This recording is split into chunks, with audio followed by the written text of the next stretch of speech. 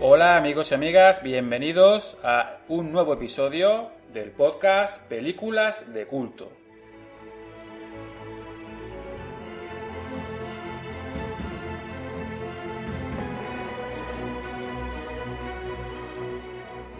Hoy vamos a hablar de una película del año 1994, protagonizada por Bruce Willis y dirigida por Richard Rush, titulada El color de la noche.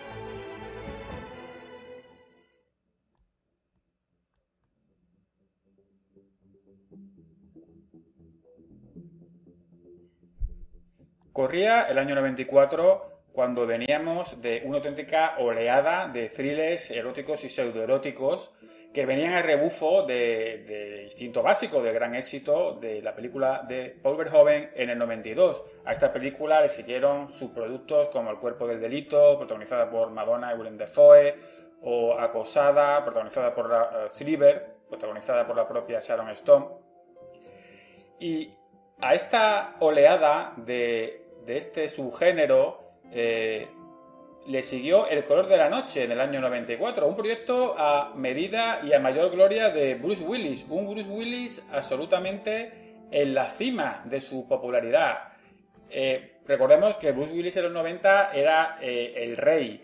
Bruce Willis podía elegir proyectos, Bruce Willis podía elegir directores, podía hacer y deshacer absolutamente a su antojo. Sin embargo, cuando la película se estrenó en el año 94, fue auténticamente masacrada por la crítica, no gustó a nadie, no convenció a nadie. Aún hoy ha heredado esa fama de película mala, de una de las peores películas de Bruce Willis, totalmente de manera injusta, porque vista hoy resiste el paso del tiempo muchísimo mejor que todas estas películas que hemos nombrado.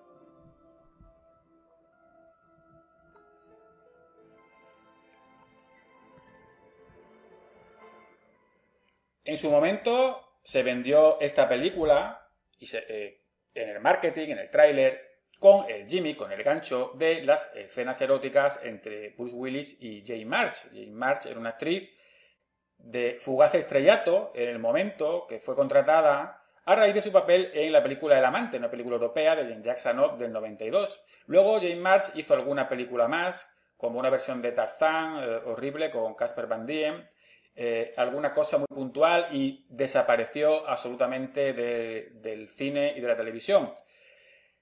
Es cierto que las escenas entre Willis y Jane March eran de alto contenido erótico, especialmente si tenemos en cuenta que venía del mainstream hollywoodiense y de la época en la que venía, e incluía desnudos integrales no solo femeninos, sino también masculinos del propio Bruce Willis. Esto no dejaba de ser sorprendente. Pero a pesar de estas polémicas escenas y de este gancho comercial, realmente el apartado erótico de la película no dejaba de ser algo casi anecdótico, porque ocupaban 5 o 6 minutos en un metraje épico, podríamos decir, de 140 minutos, cuando en esa época, en los 90, no era frecuente, ni mucho menos, la duración de estas películas, de este tipo de duración.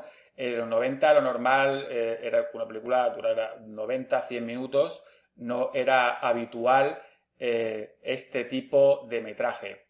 Y esto fue un problema como después vamos a contar. En cualquier caso, estas polémicas escenas fueron los árboles que impidieron ver, sobre todo la crítica, el bosque y celebrar esta película como lo que es un giallo, una especie de policíaco italiano, pero hecho por americanos. Es una cosa que perfectamente podría haber dirigido Dario Argento, pero esto no se entendió en ningún momento y simplemente se centraron en el aspecto erótico y lo intentaron ver como una especie de instinto básico de segunda división.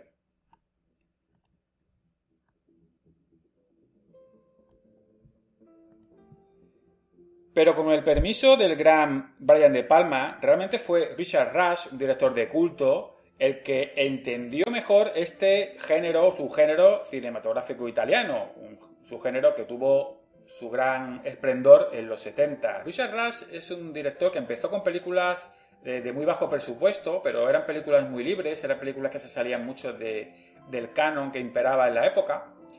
Y tiene otra película de culto que es The Studman. En español se tituló De profesión el especialista, una película también muy inclasificable, muy extraña, una película muy interesante del año 80. The Studman, el especialista, no confundir con la de Sylvester Stallone, es una auténtica rareza que fue protagonizada por Peter O'Toole, nada menos, y Steve Reisbach. Y esta película otorgó a Richard Rush un prestigio, porque fue una película muy, muy bien recibida, que sorprendió mucho en la época. Es una película que todavía viene con la estela de esa forma de hacer cine de los 70, aunque es una película ya estrenada en el 80. Pero sin embargo, a pesar del prestigio que tenía esta película, de Studman, el especialista, es una película totalmente olvidada. Nadie se acuerda ya de esta película y mucho menos de Richard Rush, que Richard Rush tiene también otras cosas muy interesantes, aunque es un director de filmografía corta. Tiene otra película con James Caan y Alan Arkin, que es Freddy and the Bean, esa extraña pareja de polis, que es una buddy movie policíaca muy divertida, muy setentera y que también es interesante. Y esta película, El color de la noche, se beneficia del buen gusto que tiene este director por la mezcla de géneros. Este director también es un esteta y tiene un estilo visual muy, muy reconocible, muy definido. Aquí tenemos una mezcla muy interesante y muy fuera de lo común de géneros. Tenemos dosis de thriller, tenemos erotismo, tenemos acción y por supuesto tenemos humor, porque Bruce Willis está muy bien, a pesar de que es un registro dramático y realmente tiene más registros de lo habitual aquí, pues no deja de ser la persona de Bruce Willis traspasando también el personaje con esa sorna, con ese registro que tiene sardónico, con esas medias sonrisas tan habituales en él, con esos one-liners, con esas respuestas que tiene, ¿verdad? Y no deja de ser el Bruce Willis que nos gusta, pero también tiene que lidiar con momentos bastante dramáticos, cosa no habitual, sobre todo en ese momento, todavía en el actor, y momentos dramáticos de los que sale bastante bien parado y bastante airoso. Su personaje, que es un psicólogo de Nueva York, que está traumatizado por la muerte por el suicidio de una paciente que se le suicida, se tira por la ventana en medio de una sesión, viaja a Los Ángeles para visitar a un amigo y colega, que es interpretado por Scott Bakula, y cuando este amigo es asesinado, no es spoiler, esto ocurre casi al principio, pues él tiene que investigar el crimen y además se tiene que encargar de todos sus pacientes, que él tiene un grupo de pacientes, de terapia de grupo, que además de pacientes son sospechosos. Precisamente en la escena de la muerte del compañero de Bruce Willis, de Scott Bakula, es donde vemos cómo claramente la inspiración de esta película es Dario Argento. Fijaos que muere este personaje atravesado por cristales. Pues hay una puerta, creo recordar, de cristales, y muere apuñalado o atravesado por estos cristales de gran tamaño. Esta escena es muy estética, es muy bonita, y es un claro homenaje, para el que no lo hubiera pillado en su momento, a Dario Argento. Realmente no solo hacía falta poner un letrero. También es muy interesante cómo Richard Rush hilvana el montaje de sus secuencias. En esta muerte, por ejemplo, vemos cómo termina la secuencia con un helicóptero que vemos por la ventana. Y en la siguiente secuencia vemos otro helicóptero. Y ese tipo de cosas le gustaba mucho hacerla a Richard Rush. Introduce elementos en las tomas para hilvanar una secuencia con otra. Otra de las cosas que a mí me gustan mucho de esta película es la gran galería de secundarios que tiene y la gran cantidad de personajes. Y todos ellos, hasta el papel más minúsculo, está interpretado por grandes actores. Y este es sin duda uno de los muchos atractivos que tiene esta película. Aquí tenemos, además de, ya hemos citado a Scott Bakula, por supuesto, a su coprotagonista, a Jane March, pero tenemos también a la gran Leslie Ann Warren, tenemos a Brad Dourif, un actor de infinita filmografía, haciendo una vez más de desequilibrado mental. Tenemos a Kevin J. O'Connor, tenemos a Lance Henriksen, que es raro verlo de persona normal, porque lo hemos visto en Aliens, lo hemos visto en muchas escenas en muchas películas de ciencia ficción, en Terminator, pero, bueno, y de villano, lo hemos visto infinidad de veces, de villano over the top, ¿verdad? Como en Blanco Humano, pero casi nunca lo hemos visto haciendo de persona normal y corriente. Pero aquí tenemos a Lance Henriksen haciendo de persona con sus traumas, pero de persona normal, al fin y al cabo. Pero lo bonito es que todos estos secundarios no son meramente decorativos, realmente todos tienen sus minutos, todos tienen su subtrama, todos tienen su momento, sus frases. Tenemos también a un desatadísimo Rubén Blades, que hace el policía que investiga el caso, también muy divertido. Tenemos también en pequeñísimos papeles, pero como digo, incluso interpretado por actores de gran renombre, como Jeff Corey, que es el psicólogo mayor o mentor de Bruce Willis. Jeff Corey fue un actor que estuvo en la lista negra del McCarthy en los años 50, estuvo mucho tiempo sin trabajar, pero es un actor con una filmografía extensísima. Tenemos a Shirley Knight, apenas en otra actriz de gran renombre, la tenemos en un par de escenas, pero hasta para el mínimo papel tenemos a actores muy reconocibles, muy conocidos. Todos los personajes tienen su momento, se interconectan muy bien sus tramas y a pesar de que la película es muy loca, tiene unos giros argumentales muy locos, realmente es una película muy disfrutable. Tiene una cualidad casi hipnótica esta película.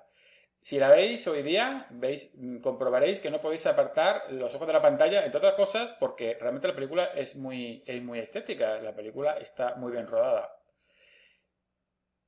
El estilo de Rush es bastante sofisticado, al igual que lo es la música de su colaborador habitual, Dominic Frontier. Dominic Frontier era amigo de Richard Rush, colaborador habitual, como decimos, trabajó en todas sus películas. Es un compositor que en los 70 estuvo muy de moda porque trabajó en muchas películas y series.